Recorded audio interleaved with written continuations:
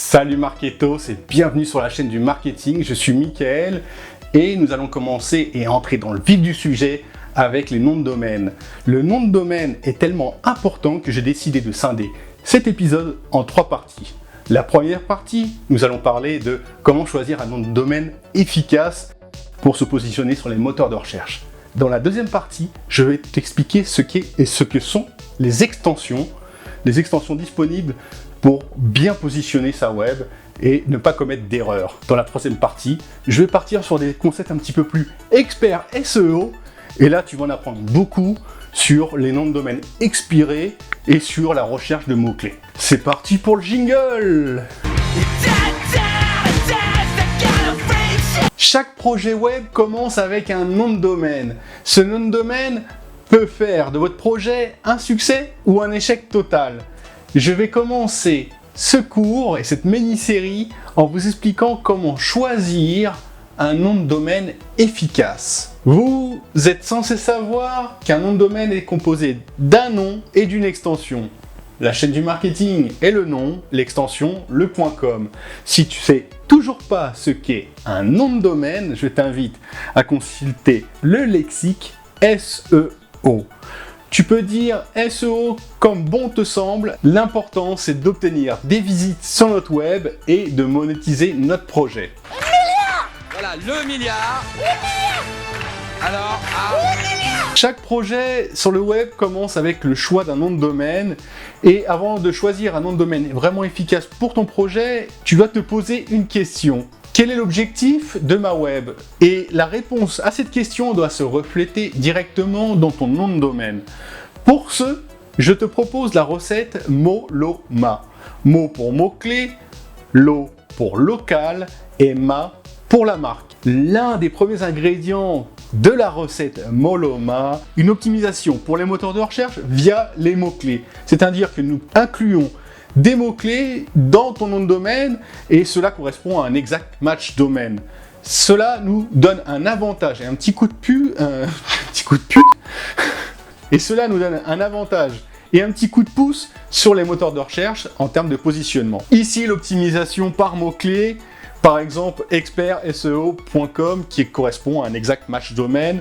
On indique à Google que notre site internet va parler d'experts SEO. Bien entendu, si ton objectif est de proposer un service local, tu vas inclure dans ton nom de domaine, par exemple, une localité comme Paris, la ville de Paris ou Montréal. Et tu pourras créer un nom de domaine qui s'appelle expertseo.paris.com. Finalement, utiliser le troisième ingrédient si ton projet est de créer une marque. Par exemple ici, Adidas. Adidas.com indique à Google que le site internet parle d'Adidas. Bien entendu, tu peux utiliser un des 3 ingrédients Moloma pour créer le nom de domaine parfait pour ton projet. Par exemple, je veux utiliser le nom de la marque Mickaël, qui est mon prénom, dans un nom de domaine, mickaelseo.com. Est-ce que ce nom de domaine sera bien positionné sur les moteurs de recherche? Eh bien non, parce que le terme SEO est très compétitif sur les moteurs de recherche. Il sera très difficile pour moi de positionner ma web mickaelseo.com. Néanmoins, si j'utilise le nom de la marque Mickaël par exemple avec une optimisation par mot-clé expertseo.com, donc mickaelseo.com, il sera plus facile pour moi de positionner le mot-clé expert SEO sur Google. Je peux viser aussi un mot-clé long tail, comme par exemple Mickaël expert SEO paris.com. Mais c'est vraiment très long. Il est préférable de retirer le nom de la marque Mickaël de son nom de domaine et de conserver uniquement expert SEO paris.com si on propose un service d'expert SEO dans cette ville. En bref, si je veux créer une web optimisée pour les mots-clés, j'utilise les mots-clés dans mon nom de domaine. Si je souhaite proposer un service localement, je vais inclure dans mon nom de domaine une localité. Et si je veux créer une marque, je créerai cette marque avec une extension de mon choix.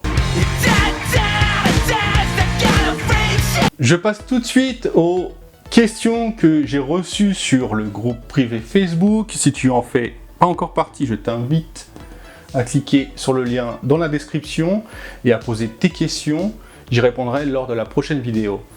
J'ai reçu la première question de mademoiselle Béate, ou Bit, je ne sais pas comment on le dit, Emma, qui me demande si on peut inclure un caractère spécial dans la réservation d'un nom de domaine. La réponse est oui. Par exemple, la chaîne du marketing inclut un i accent circonflexe. Je peux réserver et déposer le nom de domaine, la chaîne du marketing, avec sur le i un accent circonflexe. Néanmoins, lors de l'indexation sur les moteurs de recherche, le i accent circonflexe sera reconnu comme une chaîne de caractères déterminée par le signe pourcentage C3 pourcentage AE. Ce qui fera que l'exact match domaine que j'aurai choisi pour mon nom de domaine sera détruit. Autre question de monsieur Bono Jean qui me demande si on peut inclure des accents, par exemple cours à domicile avec un accent sur le A, et est-ce qu'on peut positionner ce genre de nom de domaine? Oui, je l'ai déjà fait, il n'y a pas de problème, et comme je disais, on risque de perdre avec la chaîne de caractères l'exact match domaine qui nous donne un petit bonus et un petit avantage en termes de référencement naturel. Dégueulasse. De Tony Riga qui me demande si d'inclure le nom d'une ville géolocalise le nom de domaine. Pas du tout. Et merci pour poser cette question puisque je vais développer la réponse dans la prochaine vidéo. Et d'ailleurs, je vais t'inviter tout de suite à t'abonner pour être sûr d'être averti dès que la prochaine vidéo sur les extensions de nom de domaine sera disponible. Et dernière question de Javel Aude qui me demande si nous pouvons placer des suffixes dans notre nom de domaine. Bien sûr, il est possible de proposer et de placer des suffixes dans son nom de domaine du style VIP, Pro, Web, Blog, 10, 44.com. Par contre, je t'invite de placer ce genre de suffixe à la fin du nom de domaine, puisque le mot-clé de préférence doit toujours être placé au début du nom de domaine. Il est très important de placer les suffixes à la fin. Je t'invite à t'abonner à la chaîne pour être averti et active aussi les notifications pour être averti du prochain cours de la mini-série sur les noms de domaine. Et là, on va parler des extensions. Je sais que c'est pas sexy, mais ça va l'être. Et tu peux aussi regarder donc la prochaine vidéo qui sera sur les extensions ou en savoir plus sur le lexique SEO. Allez, clique, j'attends, vas-y, fais-moi rêver.